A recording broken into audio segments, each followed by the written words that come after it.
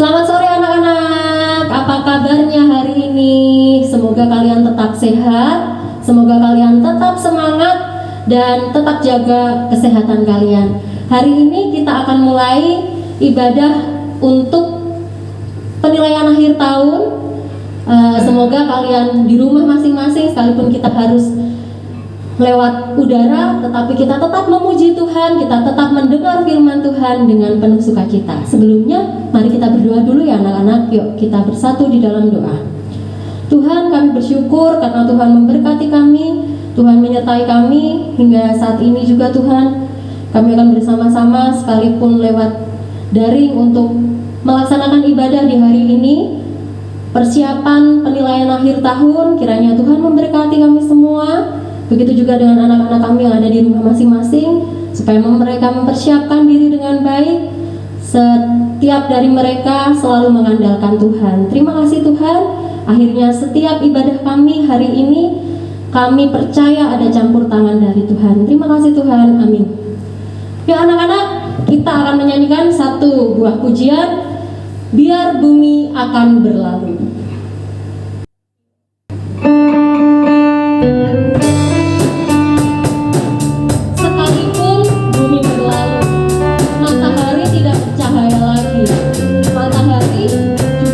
Tidak terbit lagi, tetapi kita harus percaya firman Tuhan pasti untuk kita.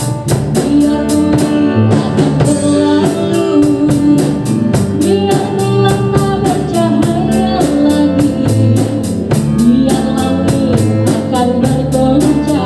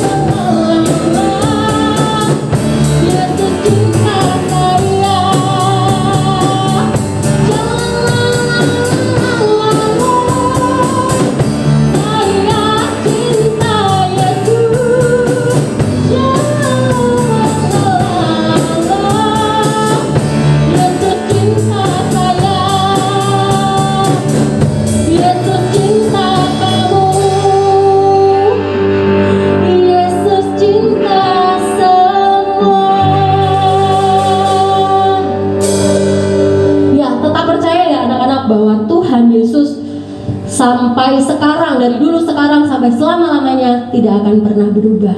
Sebelum mendengarkan firman Tuhan, mari kita bersama-sama mengangkat hati kita mempersiapkan diri untuk menerima firman Tuhan dengan menaikkan satu pujian, sungguh indah.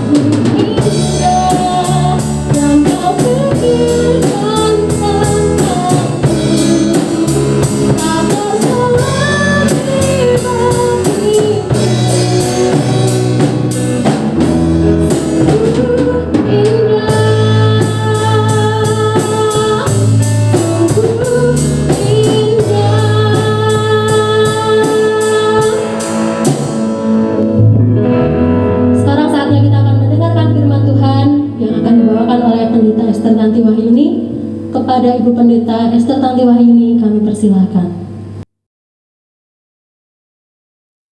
Mari anak-anak kita siapkan hati untuk mendengarkan sabda Tuhan. Kita akan berdoa. Bapak Surgawi, Bapak yang penuh kasih, sungguh kami mengucap syukur untuk kesempatan yang indah pada saat ini. Walaupun kami belajar jarak jauh, tapi Tuhan masih izinkan kepada kami proses belajar mengajar berjalan dengan baik. Dan saat ini kami hendak mengakhiri tahun ajar 2021-2022.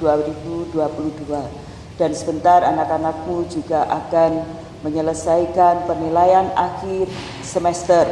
Kami mohon berkat-Mu atas kami semua. Dan kalau sebentar juga kami hendak belajar akan sabda Tuhan. biarlah sabdamu sungguh memberkati kami. Di dalam nama Tuhan kami Yesus Kristus kami mohonkan. Amin. Anak-anak, firman Tuhan pada saat ini diambil dari 2 Korintus pasal 3 ayat 18, demikian saya bacakan. Dan kita semua mencerminkan kemuliaan Tuhan dengan muka yang tidak berselubung.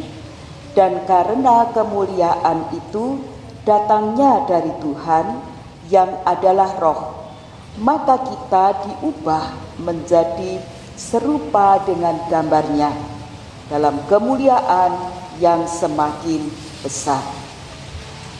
Anak-anak yang aku kasihi, 1 tahun kalian belajar jarak jauh atau kalian belajar secara online.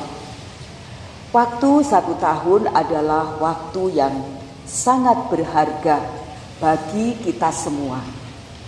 Coba kalau kita perhatikan, dalam waktu 1 tahun ini kalian tidak berjumpa dengan teman-teman, kalian tidak berjumpa dengan Bapak Ibu guru di SMP Krista Gracia ini. Begitu banyak pertumbuhan atau perubahan yang kalian alami, ya. Kalau untuk kita semua perubahan yang luar biasa, di mana kita menjadi terbiasa hidup sehat, kita sudah terbiasa untuk makan makanan yang sehat, pola hidup bersih, ada seperti itu, ya. Bagi kalian anak-anak remaja, apalagi anak-anak remaja putra, ya, yang dulu sebelum pandemi belum muncul kumis, ya. Wah, ini 1 tahun ada perubahan yang begitu kentara, ya. Kalian yang remaja putra mulai bertumbuh kumis, ya. Masa puber begitu kelihatan sekali. Belum lagi pakaian yang kamu pakai, ya, sudah tidak muat lagi. Artinya apa? Ya, kamu ada atau mengalami pertumbuhan secara fisik, tambah gemuk, ya, tambah tinggi. Nah, saya kira bukan hanya pertumbuhan secara fisik, pertumbuhan secara akademik juga, ya, pengetahuan. Kalian akan merasakan kalian bertumbuh begitu luar biasa. Pada masa pelajaran jarak jauh ini, istilah Google Classroom, Google Meet, Zoom, wah, itu sudah menjadi makananmu setiap hari. Yang dulunya sebelum pandemi, mungkin kalian tidak kenal dengan hal itu. Nah, itu menunjukkan bahwa pertumbuhan yang luar biasa. Tetapi bukan hanya pertumbuhan secara fisik, pertumbuhan secara pengetahuan, intelektual, tetapi sebetulnya akan seimbang apabila itu juga dibarengi dengan pertumbuhan secara spiritualitas, ya, atau pertumbuhan secara rohani. Nah, itu sebabnya tema dari renungan pada hari ini bertemakan bertumbuh menjadi seperti Yesus. Nah, saya ingat anak-anak, satu lagu yang sering kalian nyanyikan di saat renungan bersama di Aula SMP Krista Gracia. Saya ingat referennya seperti ini. Ubah hatiku seputih hatimu, setulus salibmu, kasihmu Tuhan. Terus gimana? Biar mataku seperti matamu, pancarkan kasih-Mu, ku mau jadi seperti-Mu. Apa judul lagu ini anak-anak? Ingat? Ya, judulnya adalah Jadi Seperti-Mu. Jadi seperti Yesus. Nah, untuk pujian ini menunjukkan bahwa merupakan satu doa, satu permohonan oleh si penulis syair. Tetapi saya percaya juga ini yang menjadi doa serta permohonan kita semua, kerinduan kita supaya kita makin bertumbuh, kita seperti pribadi Yesus yang menaruh belas kasih, ya, yang sabar, yang berani menerima tantangan dan seterusnya. Nah, anak-anak, untuk menjadi seperti Yesus itu tidak secara instan, tidak dalam waktu cepat, juga tidak seperti membalik telapak tangan atau kita pasif. Tidak. Untuk menjadi seperti Yesus, satu sisi adalah kita ini mendapatkan anugerah kemurahan dari Tuhan, bahwa dengan kasih Tuhan boleh menyapa kita sebagai orang yang berdosa. Bahkan Dia rela mati di kayu salib untuk menebus dosa-dosa kita. Tapi juga di sisi yang lain, kita harus berani untuk diproses oleh Tuhan. Dari waktu ke waktu, dari hari ke hari. Nah, salah satu contoh atau momen yang sangat tepat adalah di masa pandemi COVID-19 ini. 1 tahun lebih kita ada di dalam suasana pandemi ini, kita sedang diproses oleh Tuhan, ya, untuk menjadi serupa dengan Dia. Diproses dalam hal apa?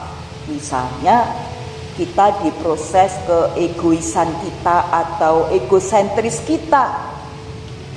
Bagaimana pada saat di rumah dengan sarana HP yang sangat terbatas, ya, dan itu harus dipakai oleh orang tuamu atau mungkin juga dipakai oleh saudara-saudaramu. Bagaimana? Apakah kita dengan rasa marah, kemudian kita berebut begitu rupa, kemudian menang-menangan sendiri, oh karena aku anak yang paling gede mesti aku dulu, dan seterusnya, ya. Saat itu pun kita sedang diproses keegosentrisan kita, ya, keakuan kita. Apakah harus mengutamakan aku, atau juga kita harus belajar untuk mengutamakan orang lain, kita berbagi dengan saudara-saudara kita. Itu salah satu contoh. Contoh yang lain lagi, misalnya kita sedang diproses dalam hal kesabaran kita. Selama 1 tahun kita tidak bisa berjumpa dengan teman-teman kita untuk nongkrong bersama di angkringan, misalnya, ya. Kalau waktu sebelum pandemi kalian lakukan hal itu, ya. Tapi sekarang kita tidak diperkenankan untuk itu. Juga sebelum pandemi kalian bisa belajar di sekolah, ya. Bisa ibadah bersama-sama, bisa bermain dengan teman-teman begitu banyak. Wah, sekarang juga belum diizinkan untuk kembali seperti itu. Saya percaya bahwa kalian tentu punya rasa kangen dengan teman-teman, rasa bosan, rasa jenuh. Tetapi Tuhan Melalui itu semua Tuhan memproses kita untuk kita sabar. Ya, tunggu dulu sampai Tuhan izinkan untuk kita bisa berjumpa dengan teman-teman, dengan kelompok yang banyak, ya, seperti sebelum COVID. Ya, Tuhan juga menguji dalam memproses dalam hal apa lagi di dalam kehidupan kita. Kita juga diproses, yaitu tetap mengucap syukur. Misalnya, kalau dulu pola keluargamu, ya, mungkin sering jajan atau makan di luar rumah, ya, di restoran misalnya, ya. Tetapi sekarang pada masa pandemi ini tidak bisa seperti itu, karena mungkin pendapatan atau penghasilan orang tuamu jauh melorot atau penghasilan berkurang begitu banyak.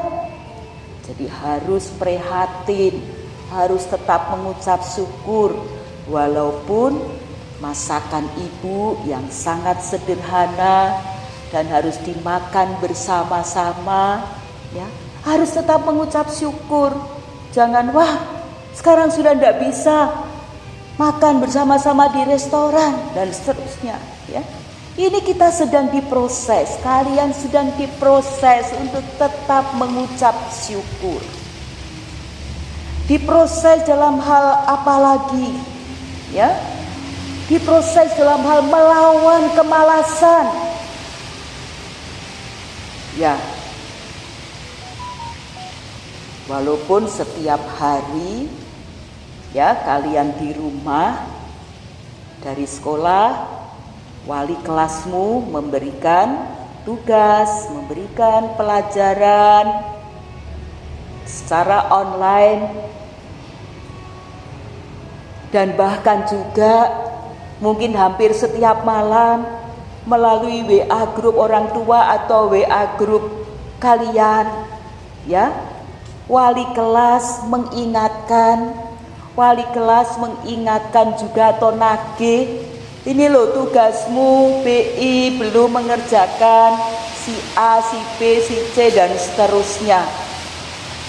Wah, itu juga kadang-kadang merasa pegah begitu, ya, juga rasanya males, ya. Tetapi justru saat seperti itu kalian ini sedang diproses oleh Tuhan untuk melawan kemalasanmu, ya. Bukan hanya itu, melalui masa pandemi ini juga kita diproses bagaimana kedekatan kita dengan Tuhan. Misalnya dalam hal ibadah, misalnya kalau dulu sebelum kalian di masa pandemi ini kalau ke gereja itu diajak oleh orang tuamu atau mungkin diampiri oleh teman-temanmu, ya, untuk kebaktian remaja atau di kebaktian bersama dengan orang tua.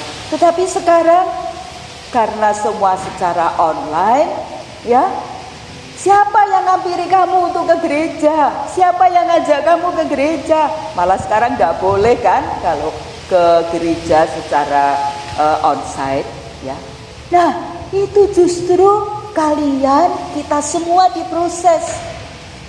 Apakah tidak ada teman yang ngampiri ke gereja?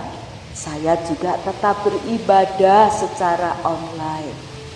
Apakah saya masih menyempatkan waktu untuk berdoa secara rutin? Apakah saya juga masih membaca firman Tuhan dan melakukan firman Tuhan? Nah, anak-anak, tadi saya sampaikan bahwa untuk menjadi seperti Kristus, selain itu anugerah, maka kita semua harus mengalami proses di dalam kehidupan keseharian kita. Untuk kita menjadi sabar, untuk menjadi setia kepada Tuhan, untuk bertanggung jawab, ya kita diproses oleh Tuhan. Sebentar lagi kalian memasuki masa penilaian akhir tahun, ya. Dan ini adalah ketentuan kenaikan kelas, ya toh? Nah, apakah kalian juga melakukan tugas tanggung jawabmu dengan baik? Ini juga adalah salah satu bagaimana kalian diproses untuk seperti Yesus. Biarlah melalui proses demi proses ini kalian menjadi seperti Kristus. Selamat berproses. Tuhan memberkati. Mari kita berdoa. Ya Tuhan, kami mengucap syukur firman-Mu boleh mengingatkan kepada kami untuk kami sebagai murid-murid-Mu, sebagai anak-anak-Mu, seyogianya kami hidup seperti Engkau ya Tuhan. Di dalam belas kasih kami, dalam kepedulian kami, tanggung jawab kami sebagai anak-anak-Mu. Ya Tuhan, tolonglah kepada kami. Kami juga berdoa untuk masa penilaian akhir tahun untuk kelas 7 dan kelas 8. Kami mohon kiranya Tuhan memberkati, walaupun secara online dan dengan segala keterbatasan sarana yang kami miliki, biarlah kami anak-anak-Mu dapat menyelesaikan tugas-tugas dengan baik, dapat menuntaskan pelajaran-pelajaran, tugas-tugas yang diberikan oleh guru-guru di tempat ini. Tuhan berkatilah, dan kami berdoa biarlah Tuhan memberikan kesehatan kepada kami semua. Terima kasih ya Tuhan, kami serahkan dalam nama Tuhan kami Yesus Kristus. Amin. Terima kasih kepada Ibu Esther yang sudah membawakan firman Tuhan hari ini. Sungguh menjadi hal yang patut kita syukuri anak-anak, bahwa kita adalah kemuliaan Tuhan yang memancarkan kuasa dan kemuliaan Tuhan. Kita harus selalu melakukan yang terbaik untuk Tuhan, selalu memberikan yang terbaik untuk Tuhan, terutama untuk PAT yang akan kalian laksanakan bersama-sama mulai hari Senin. Oleh sebab itu, mari kita menutup renungan dan ibadah hari ini dengan menerima berkat Tuhan. Mari kita bersama-sama menaikkan pujian, doa Yobes dan Bapa terima kasih.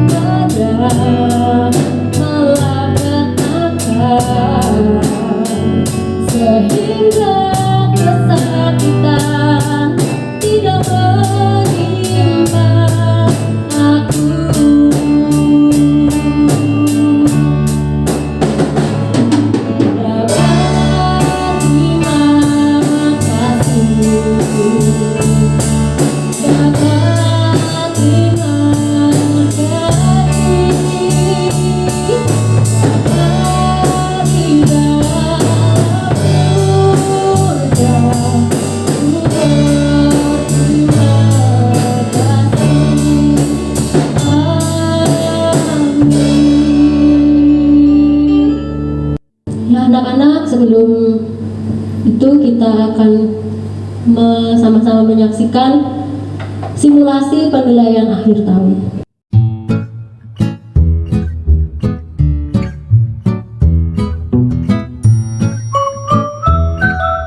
Oke, selamat pagi anak-anak. Ketemu lagi sama Bu Indri ya. Kali ini Bu Indri akan menyampaikan simulasi untuk PAT pada tanggal 31 Mei besok.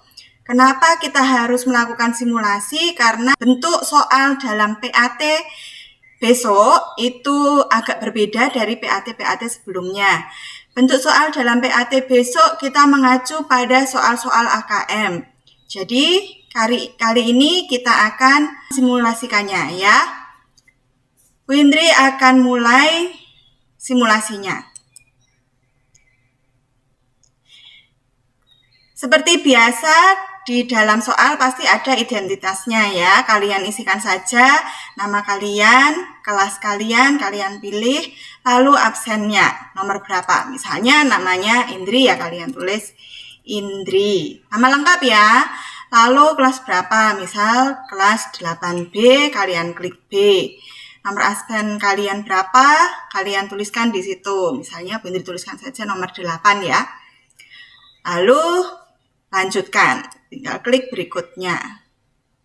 Setelah itu kalian simak, kalian baca perintah di situ ya. Rom 1 adalah pilihan ganda.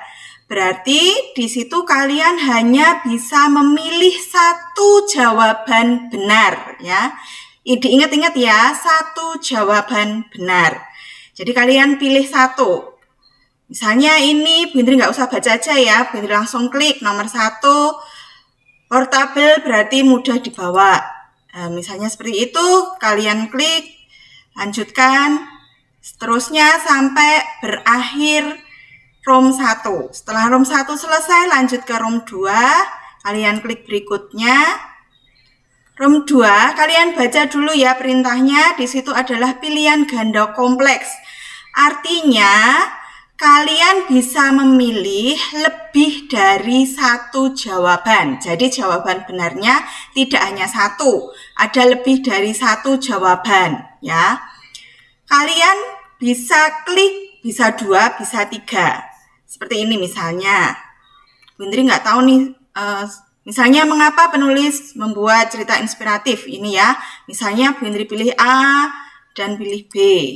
Lalu nomor selanjutnya sama seperti itu sampai soal ROM 2 berakhir ya. Setelah selesai, klik berikutnya, kita lanjut ke ROM 3. ROM 3 kalian diminta untuk menjodohkan, berarti kalian memasangkan ya. Biasanya kalau menjodohkan itu di kanan dan di kiri, karena ini pakai Google Form formatnya, jadi di sebelah kiri dan di sebelah atas ya. Kalian pasangkan, misalnya nomor 26 ini, makna ungkapan jalan buntu. Jalan buntu itu apa? Misalnya ini, Indri asal klik aja ya ini. 1, kalian pilih 1, ini kan berarti kalian memasangkan antara 26 dengan yang B. Lalu nomor 27, misalnya klik yang ini. Ya, pilih 1 aja. Lalu kita klik, begitu seterusnya sampai ROM 3 berakhir. Lalu klik berikutnya. Berikutnya ROM 4 adalah isian. Isian itu berarti kalian mengisi titik-titik dengan jawaban yang singkat. Bukan panjang ya, jawabannya singkat. Harus diisi. Kalau tidak, nanti nilai kalian akan berkurang. Misalnya ini kalian diminta untuk mengurutkan, membuat pempek. Kalian urutkan saja, berarti misal nomor 1, lanjut nomor 2, lanjut nomor 4, nomor 5, nomor 4, nomor 7, nomor 8, gitu ya. Karena disuruh mengurutkan, jangan sampai kelewatan. Nomor 3. Lalu lanjut yang selanjutnya, titik-titik disuruh mencari, menjawab kutipannya. Nah, Bu Indri jawab asal aja ini, jatuh cinta misalnya. Lalu setelah selesai di ROM 4, kalian klik berikutnya, lanjut ke ROM terakhir ya. Di situ adalah uraian. Jadi kalian menjawab pertanyaannya dengan jawaban yang panjang. Jangan lupa dibaca bacaannya, baca perintahnya, lalu dijawab. Misalnya konfliknya apa? Misalnya ini Bundri Karang aja ya. Buaya menipu monyet. Tulis seperti itu. Lanjut ke nomor berikutnya. Diminta untuk membuat paragraf ya, kalian tuliskan paragrafnya. Misalnya ini tentang apa? Internet bisa bantu kita dalam belajar. Kita bisa mendapat materi dari internet. Begitu ya, karena ini sudah sampai ROM 5, sampai nomor terakhir, kalian tinggal klik kirim.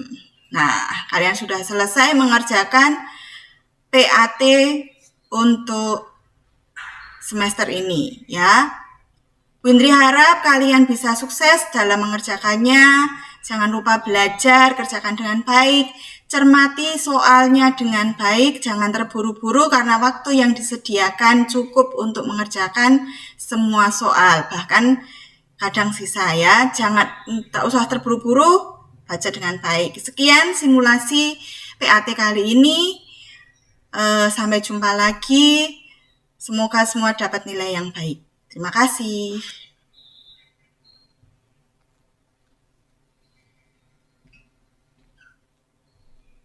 Demikian ibadah hari ini. Terima kasih, Tuhan memberkati.